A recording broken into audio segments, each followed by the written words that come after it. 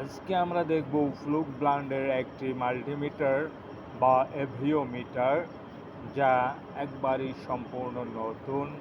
চলুন আমরা দেখি মাল্টিমিটারের ব্যবহার। প্রথমেই আমরা মাল্টিমিটারটি খুলে নেই এবং দেখি কি কি আছে ভিতরে। আমি মাল্টিমিটারটা খুলে নিলাম এবং ভিতরে দেখি একটি মাল্টিমিটার, দুইটি প্রব, একটি ব্ল্যাক অ্যান্ড একটি রেড, এবং এর ভিতরে একটি ইউজার ম্যানুয়াল, সেটা আপনারা পরে দেখতে পারবেন। ভিতরে নির্দেশিকা দেওয়া আছে। এখন চলুন দেখি আমরা মাল্টিমিটারটি অন করি। এখন মাল্টিমিটারটি অফ অবস্থায় আছে। মাল্টিমিটারটির ব্যবহার সম্বন্ধে আমরা জানি। প্রথমেই ভোল্টেজ এখানে দিলেই এসি ভোল্টেজ আপনারা পরিমাপ করতে পারবেন। যে কোনো রেঞ্জের এসি ভোল্টেজ 400 ভোল্ট, 220 ভোল্ট এবং 600 ভোল্ট পর্যন্ত এখানে এসি ভোল্ট ব্যবহার করা যেতে পারে। আমাদের 400 ভোল্টের উপরে ব্যবহার হয় না। তারপরে ডিসি ভোল্ট, এখানে আপনারা ডিসি ভোল্ট পরিমাপ করতে পারবেন।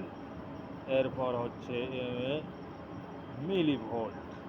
এখানে এসি ডিসি দুইটাই অপশন আছে, আপনারা যেটা ব্যবহার করবেন ওটাই সিলেক্ট করবেন। এখানে তারপরে দেওয়া আছে কন্টিনিউটি টেস্ট বা কোনো রেজিস্টরের রেজিস্ট্যান্সের মান পরিমাপ করা, এবং এখানে কন্টিনিউটি টেস্ট সার্কিট শর্ট টেস্টও করা যায়। এরপর আছে ডায়োড টেস্ট, এখানে দিলেই ডায়োড টেস্ট হবে। এরপরে হচ্ছে এম্পিয়ার টেস্ট, এসিডিসি উভয়ই আছে। এরপর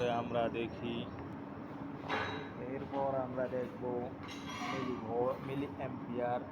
এই মিলি অ্যাম্পিয়ারের মাধ্যমে গুরুত্বপূর্ণ মিলি অ্যাম্পিয়ার মাপা যায়, ডিসি মিলি অ্যাম্পিয়ার। এরপরে আছে মাইক্রো অ্যাম্পিয়ার। এই মাইক্রো অ্যাম্পিয়ার সাধারণত লাগে না, তারপরেও এটা অনেক ভালো ব্র্যান্ডের মিটার, এই জন্যই এটা দেওয়া হয়েছে। এরপরে আমরা দেখি এই বাটনে দেওয়া আছে লাইট, এটা লাইট অন অফ হবে। তারপরে দেওয়া আছে আপনার রাশি হোল্ড করার জন্য, পরিমাপটা হোল্ড করার জন্য এটা ব্যবহার করা হয়। এরপরে দেওয়া আছে রেঞ্জ, রেঞ্জ সেটিং করা যায়। তারপরে এই আর কি ব্যবহার। এরপর আমরা দেখব প্রোব দুইটাকে কীভাবে সেটিং করতে হয়। এই প্লাগ প্রোবটা আমরা কমন টার্মিনালে লাগাইতে হবে, লাগালাম। এরপরে রেড টার্মিনালটা, যেখানে ভোল্টেজ, ওহমস এবং ডায়োড টেস্ট করা হয়, সেখানে দিয়ে দিলাম।